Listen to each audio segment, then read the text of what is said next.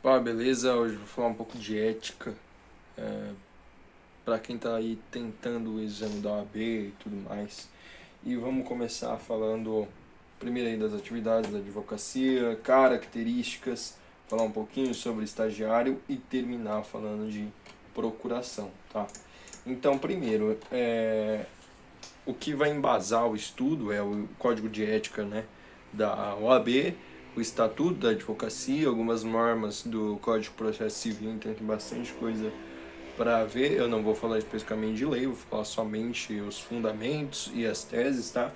Então a primeira atividade privativa de advogado é postular. Postular significa requerer algo em nome de terceiro ou em nome próprio. Então nada impede também o advogado de pleitear alguma coisa no plano judicial com o seu próprio nome. Então, fulano de tal, brasileiro, advogado por si próprio, vem requerer tal. É, Claro que isso não é uma atividade privativa do advogado, pois admite uma exceção. Ela é denominada, sim, atividade privativa, mesmo que em juizado, porém, os juizados constituem a exceção nas causas que vão até 20 salários mínimos, né? Então, embora exista essa regulamentação de postular algo no campo judicial ou no campo do juizado como uma atividade privativa da advocacia, a exceção a essa regra é a postulação que as pessoas físicas fazem em causas pequenas, né, os chamados juizados de pequena causa, que vão até 20 salários mínimos, quando a gente está falando de JEC e JECRIM, e na Justiça Federal, no Juizado Especial Federal, são as causas até 60 salários mínimos, né? É, com aí mais uma peculiaridade aí da Justiça do Trabalho, em que a gente pode postular sem advogado no primeiro grau, no segundo grau, porém quando vamos recorrer ao órgão especial, que é o Tribunal Superior do Trabalho, aí já é necessário um advogado, até porque, né, nos primeiros e nos primeiros graus, ou seja, primeiro e segundo, o que manda ali é o princípio da oralidade, o princípio da celeridade, economia, o fácil acesso à justiça, né, a prestação jurisdicional e tal.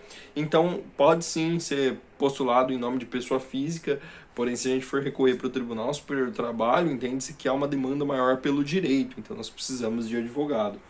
Em qualquer ação de competência do Tribunal Superior do Trabalho, ou ação rescisória, ação cautelar, mandado de segurança, precisam sim de advogado, assim, condição sine qua non.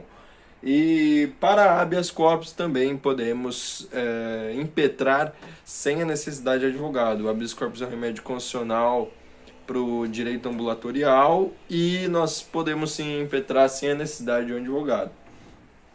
Outra atividade privativa da advocacia é a consultoria, assessoria e direção jurídica. Nesse sentido, as empresas grandes, para poderem ser registradas em cartório, elas precisam de uma revisão dos atos e contratos constitutivos, e essa revisão deve ser feita exclusivamente por um advogado, e essa também é uma condição necessária para que ela seja registrada. Sem isso, ela não consegue ser registrada.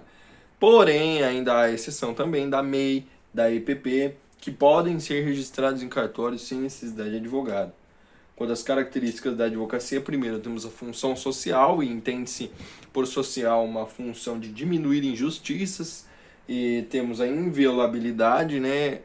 Um título grande, inviolabilidade do quê? Do escritório, do local onde se exerce a advocacia, das ferramentas.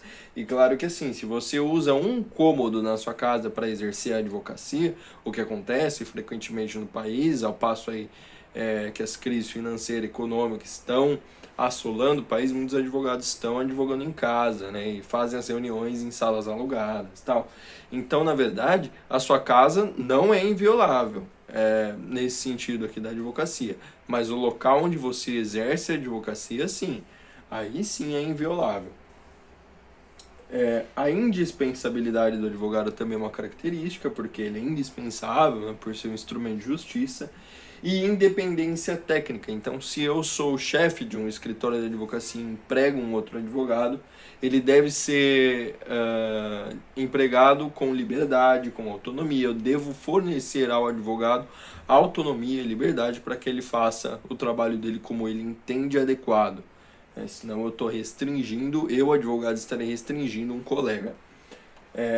Quanto ao estagiário, ele deve ser orientado pelo advogado, ele é a representação própria do advogado. Então, se o estagiário está no ambiente externo do escritório e comete alguma prática indecente, alguma prática imoral, aquele estagiário está representando o advogado. Por isso até que alguns escritórios admitem sim o estagiário para que ele use roupas sociais, para que ele tenha um comportamento já mais maduro, mais completo, o que é de se esperar de um advogado em si. E claro que o advogado tem uma responsabilidade sobre o estagiário, né, sob pena até de condenação administrativa. Aí. Existem alguns atos que o estagiário pode praticar sem o advogado, né, mas sob a responsabilidade dele, que é fazer carga e descarga de autos, né? Hoje em dia não tão muito frequente, porque os processos são todos eletrônicos, mas pegar os autos em cartório, levar para o escritório e devolver, pode sim. Assinar petições juntada, logicamente que o estagiário assinando sozinho só pode ser petição juntada. Se o estagiário quiser assinar um recurso, uma petição inicial ou qualquer outra peça mais importante para o processo que não seja uma petição juntada, ele pode assinar em conjunto. Então vem a assinatura do advogado e a do estagiário junto. Mas isoladamente, o estagiário só pode assinar petições juntadas. Petições juntadas são aquelas que a gente pega um documentinho, né? A petição de juntada é um carrinho, a gente coloca o documento da petição de juntada e manda para o juiz analisar. Essa é uma petição juntada e por isso que ela se chama juntada. Eu estou juntando um determinado documento no processo. Então, requeiro juntada de RG do reclamante. O estagiário também pode obter certidões de processos findos ou em andamento. Na verdade, isso aí também não é muito frequente, porque hoje em dia, com a informatização, nós temos acesso a certidões, um acesso vasto a certidões. E o estagiário também pode praticar outros determinados atos extrajudiciais, porém com autorização e subestabelecimento do advogado. Falando de subestabelecimento, vamos começar também procuração, como eu falei. A procuração ela tem a validade para todas as fases do processo judicial, salvo uma disposição em contrário constante na própria procuração, que a gente chamaria aí de termo de validade. Então, se de repente na procuração eu coloco que eu vou postular, eu, advogado, vou postular somente até o recurso de primeiro grau, de segundo grau, que seja, ali eu estou colocando um termo de validade. Na própria procuração, né, que a gente chama de instrumento de mandato no Código Civil, o contrato de mandato, deve constar o local da outorga, onde que o cliente está te passando poderes, se é na cidade de Jundiaí, se é na cidade de Itupeva, se é na cidade de São Paulo, na cidade de Belo Horizonte. Deve constar a qualificação das partes. Então, em primeiro lugar, o seu cliente, fulano de tal, brasileiro, residente domiciliado, com RG tal, outorga poderes a eu, advogado brasileiro, tal, portador da OAB tal, regularmente inscrito. E deve haver uma data e objetivo, a data da outorga. O objetivo, geralmente, até a gente costuma meio que flexibilizar, dependendo da procuração, nós não colocamos especificamente para reclamação trabalhista, tá? Isso é só para promover maior segurança, mas está determinado na lei. E deve haver ainda especificamente a designação e até onde vai os poderes que o cliente te outorgou, tá? A procuração ela pode ser judicial ou extrajudicial. A judicial em latim nós chamamos de ad judicia e extrajudicial nós chamamos de et extra. Os poderes específicos de advogado estão lá no artigo 105 do Código de Processo Civil, salvo engano, não tô nem com o código na mão para saber. Então pode ser que eu esteja muito errado, mas os poderes específicos constituem receber valores, receber citação, confessar, reconhecer procedência da ação, transigir, ou seja, fazer um acordo, desistir da ação, renunciar ao direito sobre o qual se funda a ação, receber e dar quitação, firmar compromisso e até mesmo assinar a declaração de hipossuficiência. Os outros poderes, que a gente chama de poderes para foro em geral, são os poderes naturais do advogado outorgados por meio de uma procuração. Quando a gente quiser, nós, advogados, obter esses poderes específicos, nós temos que constar expressamente no instrumento de mandato, chamado de procuração. Nós temos aí uma exceção para a prática de atos sem procuração, que são casos com urgência, por prazo de 15 dias. Então, nós podemos praticar um ato sem procuração num processo por até 15 dias, que podem ser renovados ou prorrogados por meio de um despacho judicial por mais 15 dias. Então, se cair na OAB, por quanto tempo podemos advogar sem procuração? Não é 30, é 15, prorrogável para 15, tá? Quanto à revogação e renúncia de procuração, são duas coisas diferentes, né? A revogação e renúncia. Estamos falando aqui de quebra de mandato, ou seja, a quebra da relação entre cliente e advogado, e essa relação baseada em confiança recíproca, não mais havendo a confiança, as partes podem sim quebrar o contrato por meio de revogação ou renúncia. A revogação ela é feita pelo cliente, né, um ato do cliente para o advogado, preferencialmente por escrito. Então eu, fulano de tal, revogo a procuração tal. Se for procuração judicial, é necessária a comunicação sim no processo.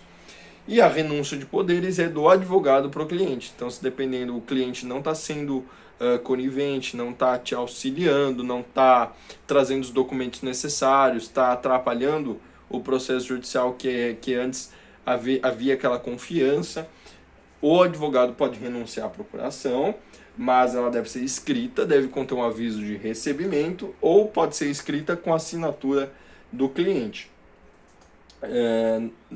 Essa assinatura constando no próprio termo de renúncia.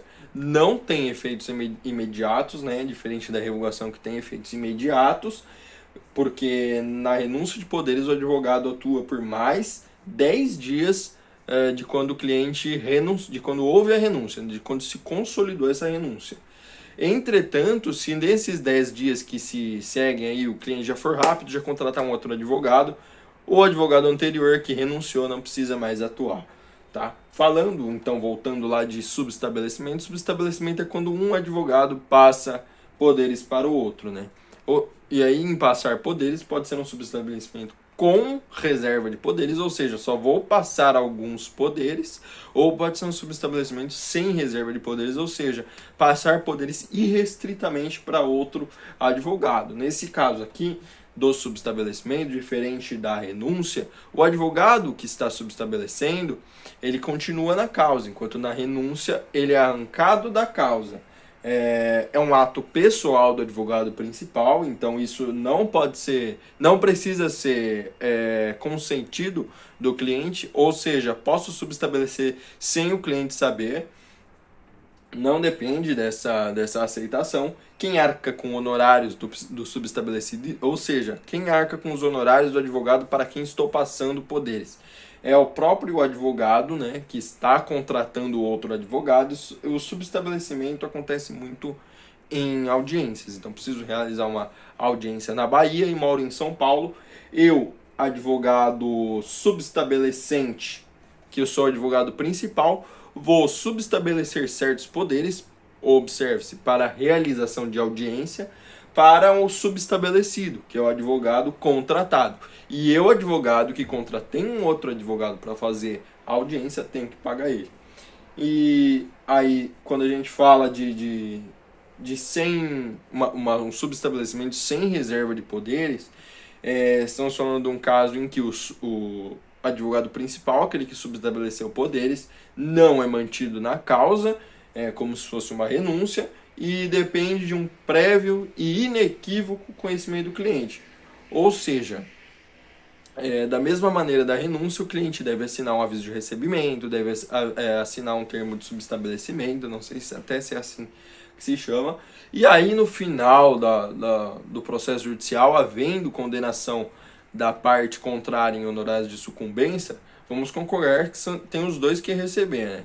Então, cada um vai receber os honorários proporcionalmente ao que trabalhou. Então, se o primeiro advogado, ou seja, o que vai subestabelecer lá para frente, se o primeiro advogado só trabalhou até o recurso de segundo grau e o outro advogado trabalhou um recurso especial, um recurso extraordinário, fez agravos, fez embargos de declaração, fez um trabalho muito mais volumoso, Claro que esse segundo advogado que trabalhou mais vai receber mais honorários de sucumbência do que o primeiro advogado, tá? Eu espero ter ajudado e vamos lá, vamos tentar fazer algumas aulas de ética também. Logo, logo vão haver aulas de direito civil, né? Tá um pouco complicado por causa do cenário atual aí frente a essa doença que tá perturbando o nosso país, mas tudo vai se resolver.